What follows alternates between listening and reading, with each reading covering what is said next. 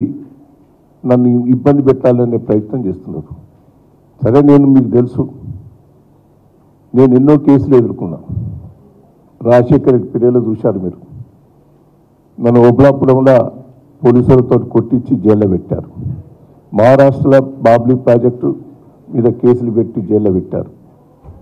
వరంగల్లో కూడా కొంతమంది ఆ రోజు ల్యాండ్ కబ్జాలు చేస్తే నేను ధర్నా చేస్తే నేను జైల్లో పోయాను. ఉద్యోగ పేర్లో కూడా జైల్లో పోయాను. ప్రజల కోసం నేను పోరాటం చేశాను తప్ప ఎక్కడ కూడా ఇంతవరకు ప్రజలకు కానీ ఎవరికి కూడా అన్యాయం చేసిన చరిత్ర లేదు.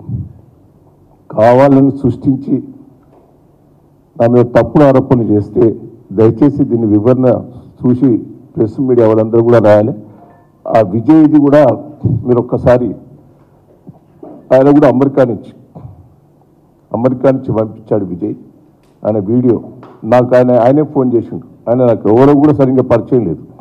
ఏదో నా దగ్గరికి ఒకసారి వచ్చిండట, నాకు ఫోన్ చేసి నా వీడియో పంపిస్తున్నా అన్న, నేను ప్రెస్ మీడియాకు కూడా అందరికి కూడా పంపిస్తున్నా, వీడియో ఒకసారి చూడు అని ఆ వీడియో కూడా పంపించారు. ఒక వీడియో మీరు అందరూ కూడా చూడవలసిందిగా విజ్ఞప్తి చేస్తున్నా. ఇది ప్రెస్ మీడియాలో కూడా తెలియజేయవలసిందిగా. అందరికీ గుడ్ ఈవినింగ్ అండి.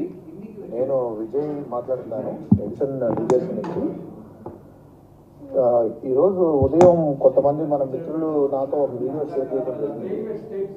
అందులో ఈ శరణ్ చౌదరి, వట్టేపల్లి శరణ్ చౌదరి అనే ఒక అతను రియల్ ఎస్టేట్ వ్యాపారం చేస్తున్నాను, మీరు నాకు నా కంపెనీలో నాతో పాటు పెట్టుబడి పెట్టండి, నాకు ఒక 20 కోట్లు తీసుకొచ్చి ఇన్వెస్ట్ చేయండి, మీకు అధిక లాభాలు ఇచ్చి మీకు రిటర్న్స్ ఇస్తాను, మీ ఇన్వెస్టర్స్ అందరికీ చాలా హెల్ప్ అవుతుంది, అట్లాగే మాకు కూడా హెల్ప్ అవుతుంది అని చెప్పేసి మాకు చెప్పి మాకు దొంగ డాక్యుమెంట్లు చూపించి ఎన్ఆర్ఐ అయిన నేను దాదాపు అమెరికా వచ్చి 20 సంవత్సరాలు అవుతుంది. ఎన్ఆర్ఐ అయిన నేను నన్ను మోసం చేయాలనే ఒక దురుద్దేశంతో అతనికి ఒక ఎకరం కూడా రిజిస్ట్రేషన్ కాకుండా నా పేరు 350 ఎకరాలు ఉందని నన్ను నమ్మబలికి నన్ను మోసం చేసి నా దగ్గర 5 కోట్లు అడ్వాన్స్ తీసుకొని ల్యాండ్ రిజిస్ట్రేషన్ చేస్తామని చేయకుండా 3-4 నెలలు ఆపి, తర్వాత మేము రిజిస్ట్రేషన్ చేయండి అని వెనకబడితే 6 నెలలు టైం గడిపి చివరికి నా ల్యాండ్ రిజిస్ట్రేషన్ చేయట్లేదు, నా డబ్బులు ఇవ్వకపోతే మేము వేరే దిక్కు లేక ఎవరిని అప్రోచ్ అవ్వాలో తెలియక, అక్కడ ఎవరితో మాట్లాడాలి, ఎలా మాట్లాడాలో, ఎక్కడ స్టార్ట్ చేయాలో తెలియక ఒక హై లెవెల్లో ఒక కమిషనర్ ఆఫీస్లో వెళ్ళి కంప్లైంట్ చేయాలని చెప్పే ఉద్దేశంతో ఎర్రబెల్లి దయాకర్రావు గారిని కలవడం జరిగిందండి. ఎర్రబెల్లి దయాకర్రావు గారు ఇక్కడ తానా కన్వెన్షన్కి మా మిత్రుడు ఒక ఆయన, మా క్లోజ్ ఫ్రెండ్, ఆయనతో ఒకసారి మాట్లాడాలంటే ఇట్లా జరిగింది, మమ్మల్ని చీట్ చేశారు ఇట్లాగా అని చెప్తే ఆయన మా వర్షన్ ఇంటాకి ఒప్పుకున్నారు.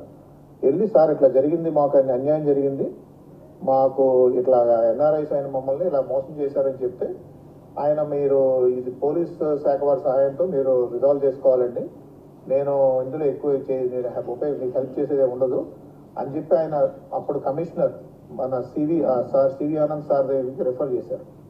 నేను పర్సనల్గా వెళ్ళి సివి ఆనంద్ గారికి నాకు కంప్లైంట్ ఇచ్చి ఇట్లా జరిగిన విషయం, ఇట్లా డబ్బులు అడ్వాన్స్ ఇచ్చామండి, ఇట్లా 5 కోట్లు శరణ్ చౌదరికి ఇచ్చిన సంగతి కంప్లైంట్ రూపంలో ఆయన మాకు ఇచ్చిన డాక్యుమెంట్స్ అన్ని మొత్తం సార్కి సబ్మిట్ చేసి ఇతని మీద చర్యలు తీసుకొని మా డబ్బులు మాకు ఇప్పించాల్సిన, మాకు న్యాయం చేయమని కోరాం. దయాకర్రావు గారు ఈ విషయంలో మాకు న్యాయం చేయడం కోసం మాకు సహాయం చేశారు తప్ప నాతో ఆయనకు ఎటువంటి వ్యాపార లావాదేవీలు కానీ, రాజకీయ లావాదేవీలు కానీ, మరే ఇతర అయిన కుటుంబ వ్యవహారాలు కానీ, బంధుత్వాలు కానీ ఎటువంటివి ఏమీ లేవండి. ఇది ఒక ఎన్ఆర్ఐకి జరిగిన అన్యాయానికి ఆయన పర్సనల్గా మేము వెళ్ళి రిక్వెస్ట్ చేయడం వల్ల ఆయన హెల్ప్ చేయడం జరిగింది తప్ప ఇందులో ఆయనకి ఎటువంటి సంబంధం లేదు, ఎటువంటి అనుబంధం లేదు. అట్లాగే ఈ శరణ్ చౌదరి అతను మాకు ఇవ్వాల్సిన డబ్బులు మాకు ఇప్పించండి అని న్యాయం చేయమండి అంటే పోలీస్ స్టేషన్ వాళ్ళు మమ్మల్ని పిలిచి ఎంక్వైరీ చేసినప్పుడు మీకు రావాల్సిన మొత్తం 5 కోట్లు మీకు ఇప్పిస్తామని చెప్పి మేము ఎక్స్పెక్ట్ చేసాం. మాకు 5 కోట్లు ఇవ్వకపోగా మా దగ్గర డబ్బులు లేవని చెప్పి నేను ఇప్పుడు మొత్తం డబ్బులు ఇవ్వలేను, మీకు ఇమీడియట్గా కావాలంటే నా ఫ్లాట్ రిజిస్ట్రేషన్ చేస్తానని చెప్పేసి ఆ ఫ్లాట్ మీద కూడా 1,20,00,000 రూపాయల లోన్ ఉంటే ఆ లోన్ కూడా నేను కట్టి నేను రిజిస్ట్రేషన్ చేసుకోవాల్సి వచ్చింది. ఎందుకంటే మీకు ఈ డబ్బులు కూడా రావు అది కూడా రిజిస్ట్రేషన్ చేసుకోండి, లేకపోతే మీకు ఉన్న డబ్బులు పోతాయి. ఈ రోజుకి మాకు 5 కోట్లు, మాకు 2.5 కోట్లు ఇచ్చాడు, ఇంకా 2.5 కోట్లు రావాలి. ఆ 2.5 కోట్లు అడుగుతున్నామని మా మీద ఎదురు దాడి చేయడం మొదలుపెట్టాడు. అట్లాగే ఇతను పార్ట్నర్ రాహుల్ చౌదరి ఉన్నాడు. అతను కూడా ఏంటంటే వీళ్ళిద్దరు కలిసి ఈ కొత్తగా ఈ నాటకం స్టార్ట్ చేశారు. మాకు 2 నెలల్లో 4 రోజుల్లో డబ్బులు మొత్తం రిమైనింగ్ 2.5 కోట్లు ఇస్తామని చెప్పి గత సెప్టెంబర్ 20వ తారీఖు ఒప్పందం చేసుకున్నా కూడా ఇవాళకి దాదాపు 4-5 నెలలు అవుతుంది. ఇతను దుబాయ్ వెళ్ళిపోయాడు. దుబాయ్ నుంచి ఇప్పటి వరకు మాకు రూపాయి ఇవ్వలేదు. మేము అడుగుతుంటే ఎంతసేపటికి ఇదిగో రేపు వస్తున్నాను, ఎల్లుండి వస్తున్నాను చెప్పి ఇప్పుడు లాస్ట్ మినిట్లో ఈ నెలాఖరికి వస్తానని చెప్పాను. ఇప్పుడు ఈ వీడియో రిలీజ్ చేసి మా అందరినీ తప్పుదో పట్టిస్తున్నాడు. ఈ కొత్త స్క్రిప్ట్ తీసుకొచ్చి తప్పుదో పట్టిస్తున్నాడు. నేను కోరుకునేదల్లా ఒకటేనండి, మాకు రావాల్సిన డబ్బులు మాకు ఇప్పించి మాకు న్యాయం చేయమని కోరుకుంటున్నాం. అంతే తప్ప ఇందులో దయాకర్ గారికి ఎటువంటి సంబంధం లేదు, మరే ఇతరత్ర ఎటువంటి రాజకీయ నాయకులకి ఏ సంబంధం లేదు. ఇది పూర్తిగా ఒక ఎన్ఆర్ఐకి ఒక ఫ్రాడ్, ఒక ఇంటెంట్ మోసం చేయాలి అచ్చంగా ఇదే పని.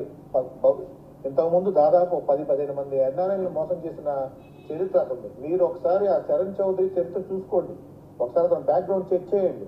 అతని మీద ఏం కేసులు ఉన్నాయి. రాధా టీఎంటీ వాళ్ళ దగ్గర దాదాపు 7 కోట్లు చీటింగ్ కేసు నడుస్తుంది, చెక్ బౌన్స్ కేసులు నడుస్తున్నాయి. పైగా అతను పాస్పోర్ట్ సీజ్ అయింది, బంజారాహిల్స్లో కేసులు నమోదై ఉన్నాయి. అట్లాగే ఇంకా పలు ఎన్ఆర్ఐలు మోసం చేసిన సందర్భాలు ఉన్నాయి. కొంతమంది బయటకు వచ్చి చెప్పుకోలేని పరిస్థితిలో ఉన్నారు. నేను కూడా ఈ రోజు వరకు కూడా ఎక్కడ మీడియాకి ఎక్కడ బయట రాలేదండి. ఈ రోజు వరకు కూడా మేము కామ్గా సరే తప్పు జరిగింది, మనం ఎందుకు మళ్ళీ ఇదంతా అలర్ట్ చేసుకోవడం అని చెప్పేసి అని మేము కామ్గా ఉండి మా వ్యాపారం మా బిజినెస్ మేము చేసుకుంటుంటే ఈరోజు మాకు ఎదురొచ్చి మళ్ళీ ఇతను కొత్త కాన్సెప్ట్ కొత్త స్క్రిప్టులు తీసుకొని రోజుకు ఒక మనిషిని తీసుకొచ్చి ఎట్లా చేశారు అని చెప్పి ఏదో రాజకీయ మలుపు తిప్పి దీని ఏదో కొంత అడ్వాంటేజ్ చూస్తున్నారు కానీ వాస్తవానికి అది కాదండి. ఇది చరణ్ చౌదరి అతను ఒక ఫ్రాడ్స్టరు, ఒక సీరియల్ అఫెండర్. అండ్ అతనికి ఈ ఎన్ఆర్ఐస్ని సాఫ్ట్ విక్టిమ్స్ టార్గెట్ చేయటం, వాళ్ళ మోసపుచ్చి వాళ్ళ దగ్గర డబ్బులు తీసుకోవడం, పరారవడం, ఇది అతని నైజం. ఇట్లా చాలా మందిని మోసం చేశారు.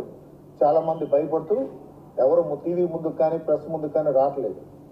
నా దయించి నేను మీడియా వారికి కూడా ఈ సందర్భంగా తెలియజేసేది ఏమనగా, వారు ఒకసారి ఇలాంటి కథనాలు ప్రచురించే ముందు ఇందులో ఆథెంటిసిటీ ఎంత ఉంది, ఎంతవరకు నిజాలు ఉన్నాయి అని కూడా ఒకసారి బేరీజు వేసుకొని వేస్తే బాగుంటుందని నా విన్నపం అండి.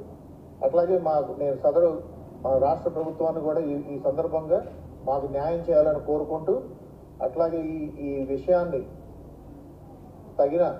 తగు చరణ్ చౌదరి ఎవరైతే మమ్మల్ని మోసం చేశాడో అతని నుంచి మా డబ్బులు కూడా మాకు వీలైనంత త్వరగా ఇప్పించాలని కోరుకుంటున్నాం. థ్యాంక్ యూ అండి.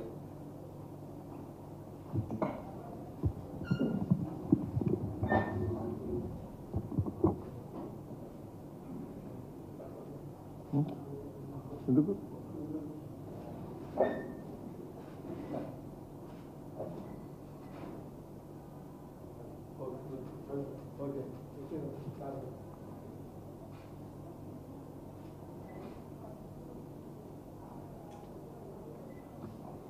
అయ్యా అనుమానాలు వేనే ఏమన్నా ఉన్నాయా?